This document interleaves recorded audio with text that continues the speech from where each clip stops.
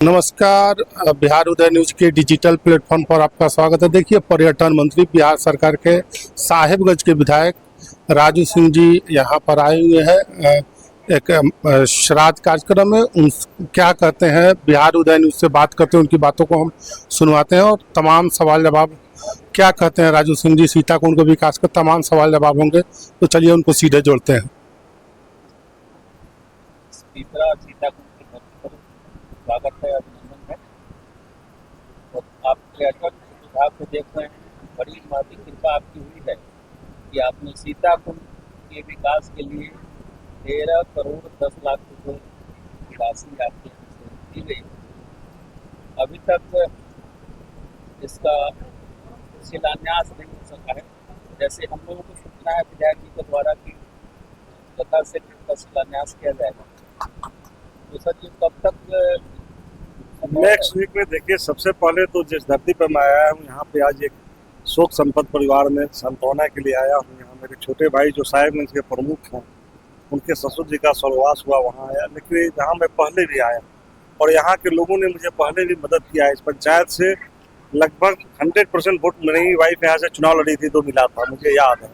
और मैं यहाँ सीताकुंड में भी आया था और मुझे सौभाग्य प्राप्त हुआ कि मैं उसी सीताकुंड में जहाँ आकर के कुछ मन में इच्छा पाल के लोगों ने बताया था क्या करना है, हो गया। और मंत्री बनते बनते मैंने पहला अपने कलम से साइन किया था तो सीताकुंड का ही साइन किया था। और वो टेंडर प्रक्रिया में आकर के अगले सप्ताह में टेंडर की प्रक्रिया समाप्त हो जाएगी, टेंडर अवार्ड हो जाएगा। उसके बाद जब ऐसा समय मिलेगा, मैं समझता हूँ कि इस मंथ के लास्ट तक या नेक्स्ट मंथ के फर्स्ट वीक में यहाँ पे राधा मोहन बाबू यहाँ के माननीय मंत्री हैं, उनसे भी समय ले लेंगे। यहाँ के स्थानीय विधायक हैं, सब लोग का जैसा एक समय मिलेगा और यहाँ जल्द से जल्द हम शिलान्यास करेंगे सीताकुंड को। शिलान्यास के साथ साथ ये नहीं कि केवल यहाँ पे भी 13 करोड़ 13.5 करोड़ रुपया दिया गया है, केवल वहीं तक सीमित नहीं रहेगा। हम लोग सीता सर्किट, जिस तरह से श्री राम सर्किट है, इस सर्किट को हम लोग जोड़ेंगे अयोध्या के साथ में। जो पुनौरा धाम जुट रहा है उसमें सीताकुंड भी जुड़ेंगे। माननीय मुख्यमंत्री नीतीश कुमार ने आज पुनौरा धाम को लेकर एक नया डिजाइन जारी किया है। देखिए, जो डिजाइन आपको वहाँ पे अयोध्या में जो श्री राम लला का मंदिर बना है, जो उसको डिजाइन करने वाले लोग थे, उसको हम लोग 1 महीना पहले ही उन्हीं को डिफाइन किए। और वो भी यहाँ पे आकर के मैं धन्यवाद देना चाहूँगा वैसे कंपनी को कि अयोध्या में भी उन्होंने फ्री में काम किया था और अयोध्या अधूरा रह जाता माँ सीता के बिना, इसलिए उन्होंने फिर से एक बार हामी भर दी। जब उन्होंने रिक्वेस्ट किया, उन्होंने यहाँ भी फ्री में काम करने के लिए हामी भर दिया है। वैसे कंसल्टेंट अगर उस तरह के मंदिर बनाने के लिए आवे तो कम से कम 50 करोड़ उनकी फी होगी, लेकिन वहाँ पे बिहार के लिए, माँ सीता के लिए उन्होंने फ्री में काम करना स्वीकार कर लिया है। और ऑलरेडी यहाँ पे बहुत सारे कार्य हो चुके हैं। जमीन अधिग्रहण की प्रक्रिया भी जुलाई के लास्ट तक समाप्त हो जाएगी। उसके लिए 120 करोड़ रुपया ऑलरेडी जिला प्रशासन सीतामढ़ी को भेजी जा चुकी है। 54 एकड़ जमीन वहाँ पे एक्वायर हो रहे हैं और हम लोग कोशिश कर रहे हैं कि अगस्त के लास्ट तक पुनौरा धाम में माँ सीता मंदिर का शिलान्यास हो। सीताकुंड के लिए 2020 में कला संस्कृति विभाग की ओर से सीताकुंड महोत्सव करने का आयोजन किया जाना था। 1 अप्रैल को यह तिथि निर्धारित हो गई थी, लेकिन कोरोना के चलते वह महोत्सव नहीं हो सका। देखिए, पहले कला संस्कृति और पर्यटन विभाग दोनों एक ही विभाग हुआ करता था, ये अब जाकर के अलग अलग विभाग हुआ। तो अभी जो है महोत्सव करने का कला संस्कृति भी कर सकती है और पर्यटन विभाग भी कर सकता है। हम लोग के आदरणीय गार्जियन यहाँ पे, जो यहाँ के भीष्म पितामह कहे जाने वाले भारतीय जनता पार्टी के पुराने नेता राधा मोहन बाबू भी उस दिन जरूर रहेंगे जिस दिन सीताकुंड का उद्घाटन होगा। और उसी दिन उनके मुंह से घोषणा होगी कि सीताकुंड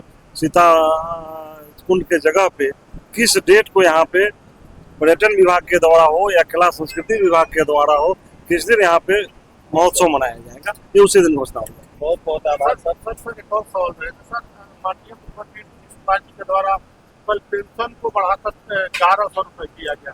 क्या ये प्रशांत किशोर और तेजस्वी यादव को जवाब देने की तैयारी? देखिए, अभी आगे होता क्या है।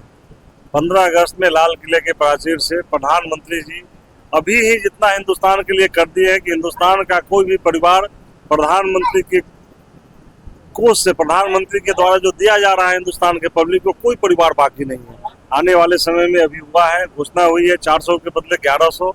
अभी बहुत सारी घोषणाएं बाकी हैं।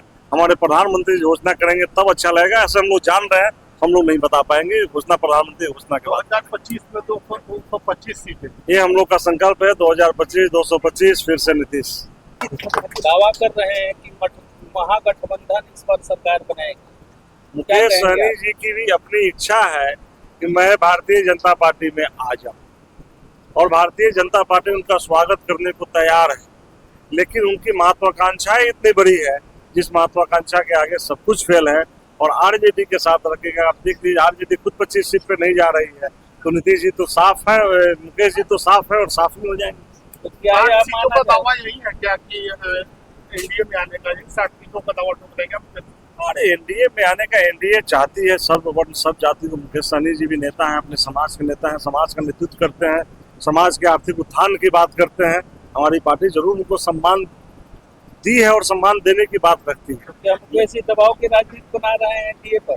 बिल्कुल, जितना क्षेत्रीय दल है सब तो दबाव की राजनीति बनाता है ना, और मजबूरी है पार्टी की। नहीं तो क्षेत्रीय दल की राजनीति की दबाव ये बनाना, जो पॉलिटिक्स उनकी होती है, दबाव की पॉलिटिक्स, उस पॉलिटिक्स से अब भारतीय जनता पार्टी आगे निकल चुकी है। बहुत बहुत